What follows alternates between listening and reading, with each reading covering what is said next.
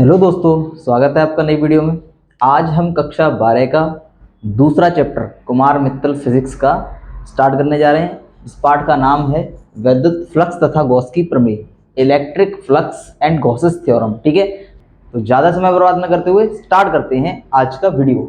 तो आज के वीडियो में आज हमें इस पाठ के अंतर्गत क्या क्या पढ़ना है उसके बारे में बात करेंगे। सबसे पहले तो इस पाठ के अंतर्गत जो जो चीज़ें हमें पढ़नी है, तो उसमें सबसे पहला जो टॉपिक है वो है हमारा क्षेत्रफल वेक्टर।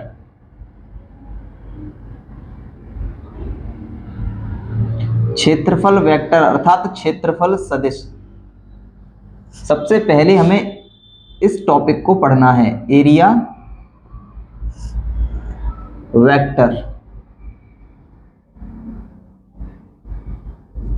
ठीक है, किसी भी पाठ को पढ़ने से पहले या कोई भी विषय पढ़ने से पहले हमें यह पता होना चाहिए कि हमें पढ़ना क्या है उस विषय में। तो मेन चीज यहाँ पे यही है, इस पाठ में क्या क्या हमको पढ़ना है, पहले उसका प्रारूप हम तैयार कर लेते हैं, उसके बाद उसकी पढ़ाई को स्टार्ट करते हैं। ठीक है, दूसरे नंबर पे हमें यहाँ पे पढ़ना है समतलीय कोण।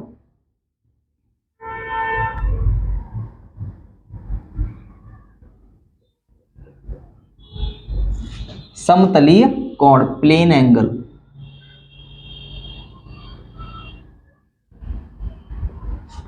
तीसरे नंबर पे हमें यहां पे पढ़ना है घन कोण। तीसरे नंबर पे हमें यहां पे क्या पढ़ना है, घन कोण अर्थात सॉलिड एंगल। चौथे नंबर पे हमें पढ़ना है विद्युत फ्लक्स।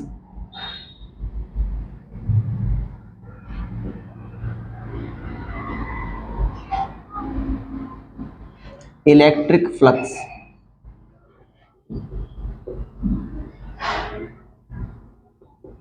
पांचवें नंबर पे हमको यहां पे पढ़ना है गॉस की प्रमेय।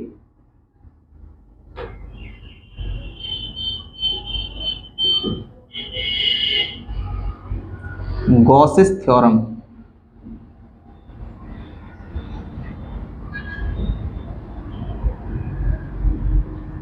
सिक्स नंबर पे गॉस की प्रमेय के अनुप्रयोग।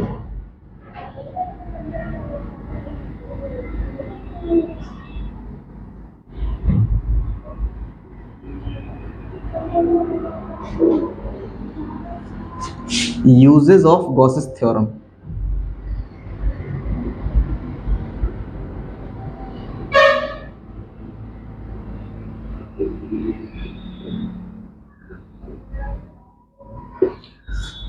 तो ये बात आपको अच्छी प्रकार से समझ में आ गई होगी कि हमें इस पाठ के अंतर्गत क्या पढ़ना है।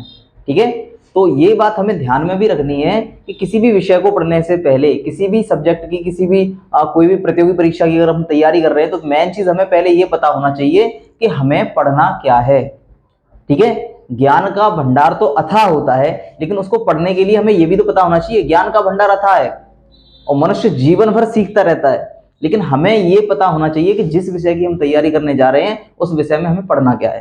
ठीक है, तभी हम उस विषय को अच्छी प्रकार से, अच्छे ढंग से पढ़ सकते हैं। ठीक है, तो आगे हम स्टार्ट करते हैं इसी क्रम में पहला टॉपिक। ठीक है,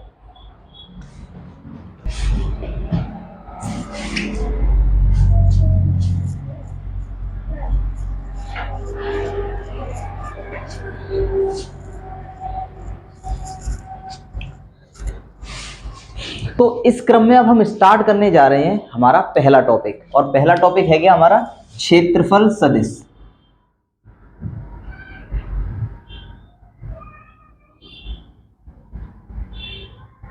क्षेत्रफल सदिश, एरिया वेक्टर।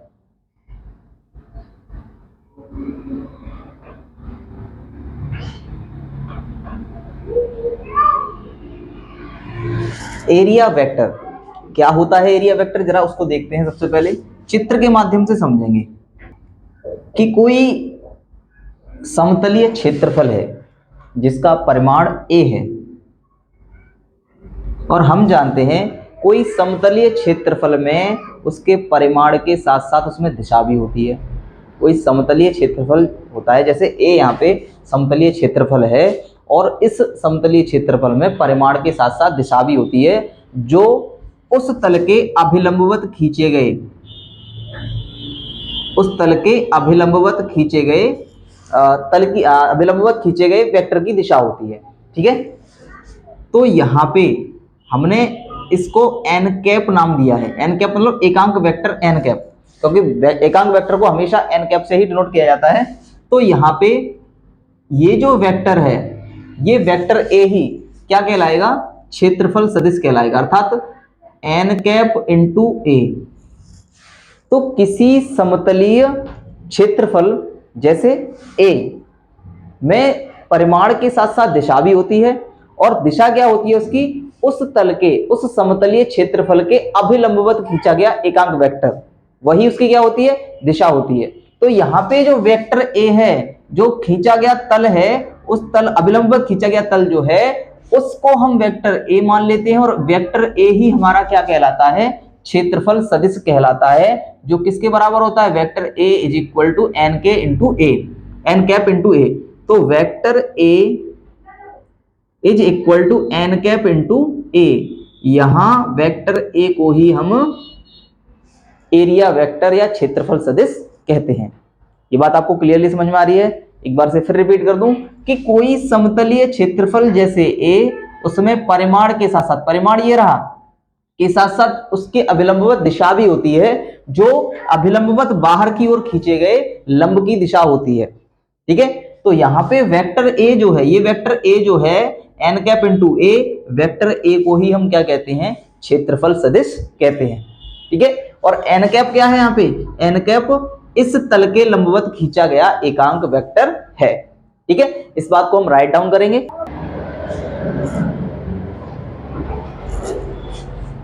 तो जैसा हमने आपको समझाया वही यहाँ पे लिखा है कि किसी समतलीय क्षेत्रफल जैसे ए में परिमाण के साथ साथ दिशा भी होती है, और क्षेत्रफल की दिशा क्षेत्रफल पर बाहर की ओर खींचे गए अभिलंब की दिशा है।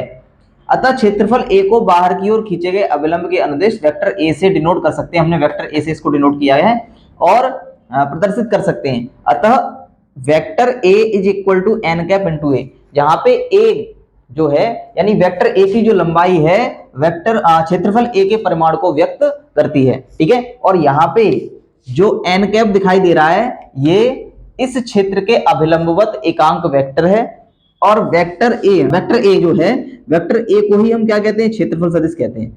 वेक्टर ए को ही क्षेत्रफल सदिश कहते हैं।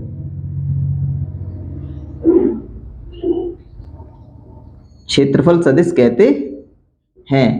ये बात हमें यहाँ पे याद रखनी है कि जो एन कैप दिखाई दे रहा है ये क्षेत्रफल की दिशा में, क्षेत्रफल से खींचा गया यानी अभिलंब की दिशा में, अभिलंब की दिशा में क्या है, एकांक वेक्टर है। एन कैप क्या है यहाँ पे, एकांक वेक्टर। ठीक है, ये बात हमें याद रखनी है, और ये हमारा क्षेत्रफल सदिश का पूरा टॉपिक क्लियर हुआ है। ठीक है, इसके बाद बात करते हैं हम अगले टॉपिक की।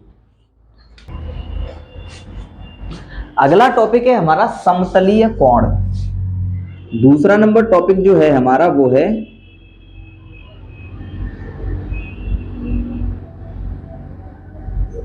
समतलीय कोण। ठीक है, प्लेन एंगल।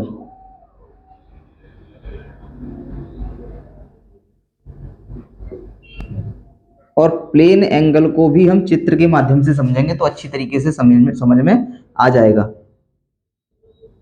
ये एक गोलीय पृष्ठ है। ठीक है, गोलीय पृष्ठ है या वृत्त मान लेंगे। ये क्या है, एक वृत्त है, ओ केंद्र का वृत्त है, यहां केंद्र ओ है। ठीक है, तो ये ओ केंद्र का एक वृत्त है। ठीक है, तो किसी वृत्त का चाप, चाप क्या होता है, परिधि जो होती है, ये हमारी चारों ओर दिखाई दे रही है, ये परिधि है। वृत्त का चाप, परिधि का किसी भी दो बिंदु को हमने काट लिया, यानी दो बिंदुओं के बीच की दूरी ले ली यहाँ पे परिधि के, तो वो कहलाता है वृत्त का चाप। ठीक है, तो ये हमारा क्या हो गया, वृत्त का चाप हो गया। यहां से यहां तक ये क्या हो गया, ए बी जो है वृत्त का चाप है। किसी वृत्त का चाप उसके केंद्र पर,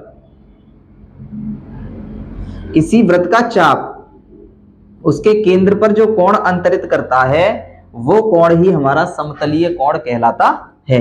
ये क्या है? वृत्त का चाप है, ये हमारी क्या है? वृत्त की त्रिज्या है। तो बस यही बात हमको समझनी थी यहाँ पे कि किसी वृत्त का चाप उसके केंद्र पर जो कोण अंतरित करता है वही कोण समतलीय कोण कहलाता है। ठीक है, ये बात हमें याद रखनी है कि किसी वृत्त का चाप उसके केंद्र पर जो कोण अंतरित करता है उसे ही हम वृत्त का क्या कहते हैं? समतलीय कोण कहते हैं। तो यहां इस बात को लिख देते हैं हम कि किसी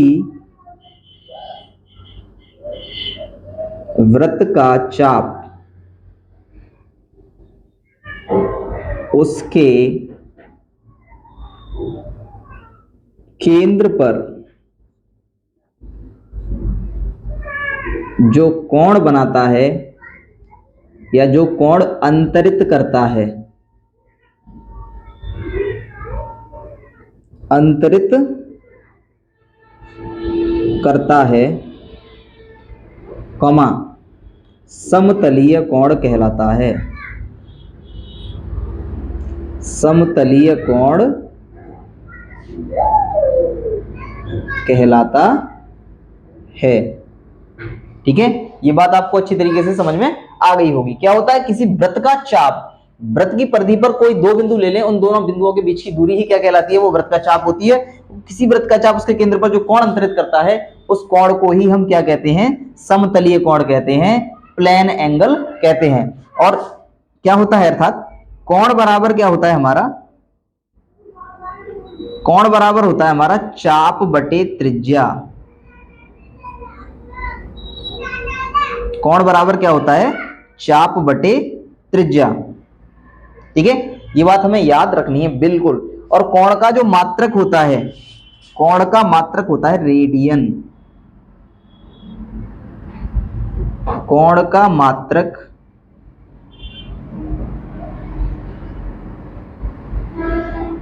रेडियन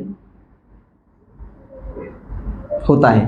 ठीक है, तो इसके बाद हम एक चीज और आ जाती है हमारे दिमाग में कि रेडियन, एक रेडियन किसे कहते हैं? कोण का मात्रक तो होता है रेडियन। देखो यहां से एक चीज और निकल के आ रही है और बहुत अच्छी चीज है वो, कि एक रेडियन, एक रेडियन किसे कहते हैं? 1 रेडियन। अगर हम यहां पे चाप की लंबाई को 1 मीटर ले लें और त्रिज्या भी 1 मीटर ले लें तो कोण कितना हो जाएगा? 1 रेडियन हो जाएगा। यहां मैं लिखता हूं इस बात को कि यदि चाप की लंबाई बराबर 1 मीटर और त्रिज्या की लंबाई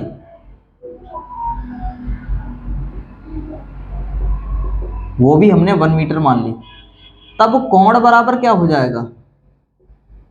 तो कोण बराबर 1/1, चाप भी वही, त्रिज्या भी वही, तब कोण जो होगा वो हो जाएगा हमारा 1 रेडियन। 1 रेडियन। अर्थात यहां से एक चीज निकल के आ रही है कि 1 रेडियन समतलीय कोण वह कोण होता है जो वृत्त की त्रिज्या के बराबर लंबाई का चाप उसके केंद्र पर अंतरित करता है। ये बात हम यहां पे राइट डाउन कर रहे हैं, यही इसकी परिभाषा है कि 1 रेडियन वह समतलीय कोण होता है, 1 रेडियन वह समतलीय कोण होता है जो वृत्त की त्रिज्या के बराबर लंबाई का चाप, बराबर लंबाई का चाप उसके केंद्र पर अंतरित